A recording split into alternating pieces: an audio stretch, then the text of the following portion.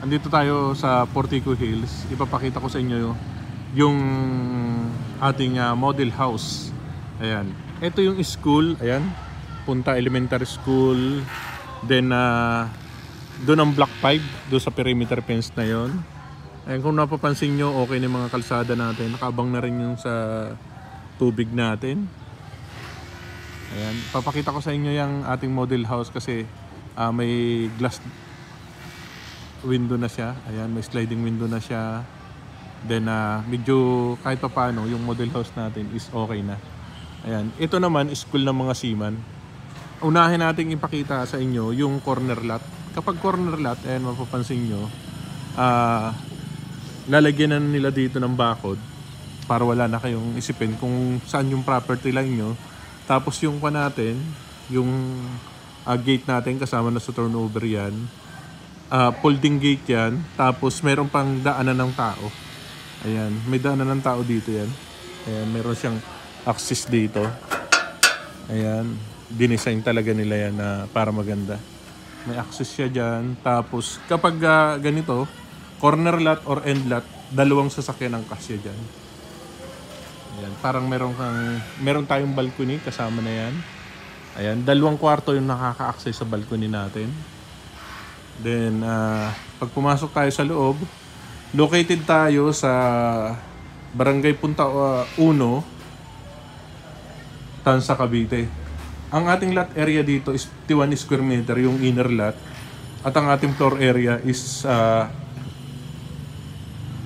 square meter. Ang total improvement natin is 82 square meter. Kung kayo ay corner lot, ganito kalaki yung parking nyo sa harap. Tapos may space kayo dito sa gilid. Corner lot or end lot, may space kayo. Then, ang kagandahan dito, meron pa kayong hanggang dito na lalagyan pa kayo ng gate nila dito. Ayan. Ibig sabihin, makaka-access kayo dito. Tapos yung property line nyo, nakasecure na talaga siya. Ayan, nakasecure na. Yung turnover dito sa harap, kung napapansin nyo, wrap lang talaga ang ilalagay nilang semento dito. Tapos yung haba niya, nasa 5.5 to 6 meters yung haba niya hanggang doon sa gate. Kaya pasok na pasok talaga. Then, kapag inner kayo, yung lapad naman niya, nasa 4.5. Ayan. Ito yung turnover tiles, 60 by 60. Tapos, naka steel door tayo. Kung makikita nyo, maganda ang turnover ng pinto natin. Ayan. Sulit talaga yan. Yung mga materialis talagang ginamit nila dito is talagang maganda. Meron pa yung silipan dyan. Tapos dito, malaki yung pa natin. Yung sliding window natin dito sa harap. Kung kayo ay end lot or corner lot tulad ng ganito, meron kayong bintana dito. Same yung sa taas, meron din. Then ito, isasarado pa nila yan. Yung ating sa kitchen. Then granite tiles. Ayan, kung nakikita nyo, granite tiles yung turnover natin dito. Complete turnover tayo dito.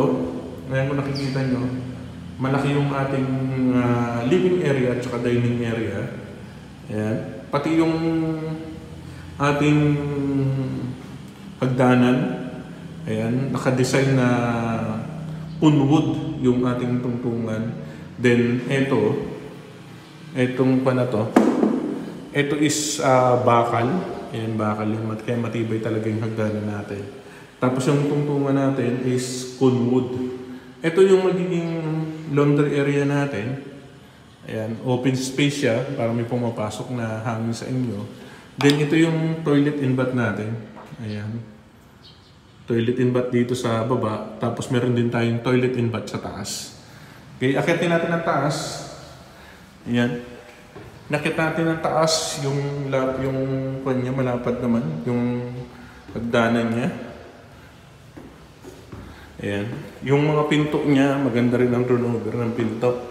Ito yung pinaka niya, tiles na sa second floor. Ito yung isang kwarto. Ayan, para sa anak nyo. Ayan. Dito, 1 meter to. Itong space dito. Dalawa yung makaka-access na na dito sa balcony, 2 kwarto. Ayan, ganito kahaba yan. Ayan.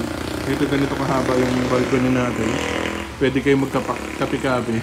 Then, eto, pwede nyo ilagay dito yung ating split type. Ayan, split type pwede nyo ilagay. Eto, solid na bakal yan. Nakapintura lang na parang kahoy.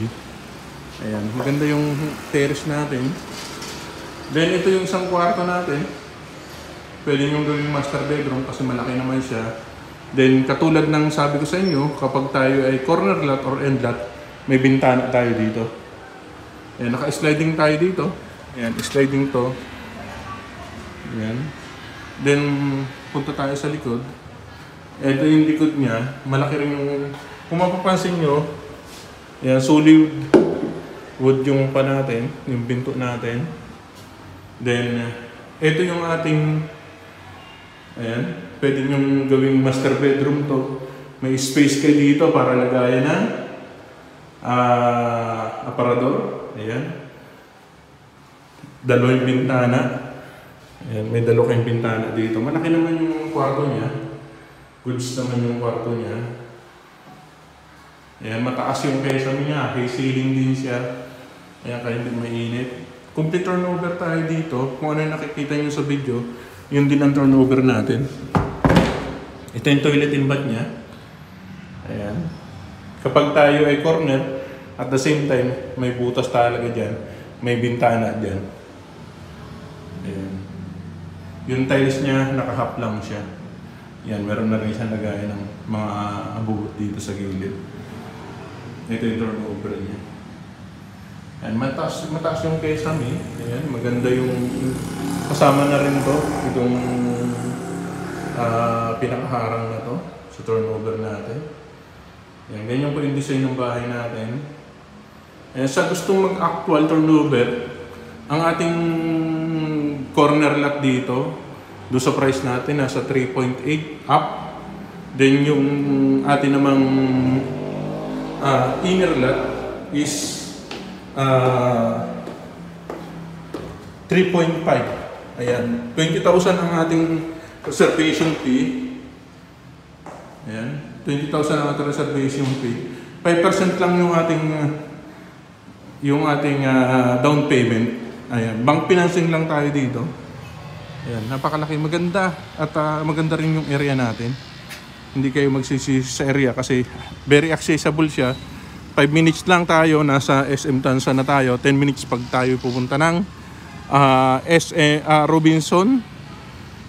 Robinson General Trias. At kung tayo naman ay pupunta sa All Homes, may All Homes din tayo dito. Siguro estimated mga 5 minutes din kasi napakalapit ng All Homes. Ito yung inner lot natin. Ayan, itong ganitong natin is 3.5. Ayan, hindi ko na papasukin, same lang naman kasi may mga gumagawa pa. Sa gustong mag-tripping, PM lang kayo para makita nyo. Ang ating gagawing bahay dito is nasa 126 lang. Ito ang gate natin. Ayan, lalagyan pa ng boom yan dyan. Then, ang open natin is block 5. Doon sa space na yon, block 5. Ang ating amenities dito is may clubhouse tayo. Open space, ayan, 3 ang open space natin dito. Then ang ating street light dito is solar. Ayan, solar. Yung ating Meralco at saka tubig by request na yan. Ayan, gagawin din. Ilalagay na yan, nire-request na natin. Ang ating down payment dito is 12 months. Yung 5% na down payment is 5 months. Kung medyo budget kayo, pwede nyo taasan yung down payment natin para bumaba yung ating monthly amortization. Ang kagandahan dito, kasama na yung tubig, ilaw, miscellaneous fee, transfer fee, all in na to, no heading charge, at may bakod na kayong ganyang kaganda. Ayan, may terrace kayo, 3 bedroom. Buhos ang gawa natin dito, kaya maganda talaga ang pakakuha natin dito. Gawa na yung mga kalsada, guys. Ayan, kung nakikita nyo, gawa na yung mga kalsada. Diyan ang access natin. Ayan, access tayo, papunta tayong 13 Tansa Road. Ayan, maganda yung access natin. tumbok na tumbok tayo dyan. Kapag dumiretso kayo, yung tricycle yan dito, ayan, pwede rin kayo mag-access dito. Malapit yung mga yung mga dali dito. Andito lang banda yung mga pamilihan kung gusto niyo nang bumili. Ayan, kung may mga anak kayo, school, ayan, tatawid lang ng kaunti, school na kagad. Ayan yung school natin. Ayan, sa mga gusto pong magpa-tripping, PM lang kayo para ma-tripping namin kayo. At ma-send po sa inyo yung mapa, competition, at kung ano po yung gusto nyo dito. At napakaganda pong investment itong Portico Hills. Ayan, kasi sa price po ng bahay is talagang sulit yung mga materialis at saka yung design ng bahay. Kung napapansin nyo, ito pala yung sa parking natin. Ayan, hindi ko pinapakita sa inyo yung parking natin. Ganito yung kesame niya. Ayan, talagang meron na siyang kesame sa parking. Ito. Then ganun din sa terrace natin. Ayan, maganda rin yung sa terrace natin. Ayan, ito yung inner lot natin. Ayan, halos same lang. Ay, sige po. Ayan, sulit ang pakagawa. Okay. Okay po, maraming salamat po. At paki-subscribe naman at paki-like ng ating channel. Thank you po at magandang umaga po sa ating lahat.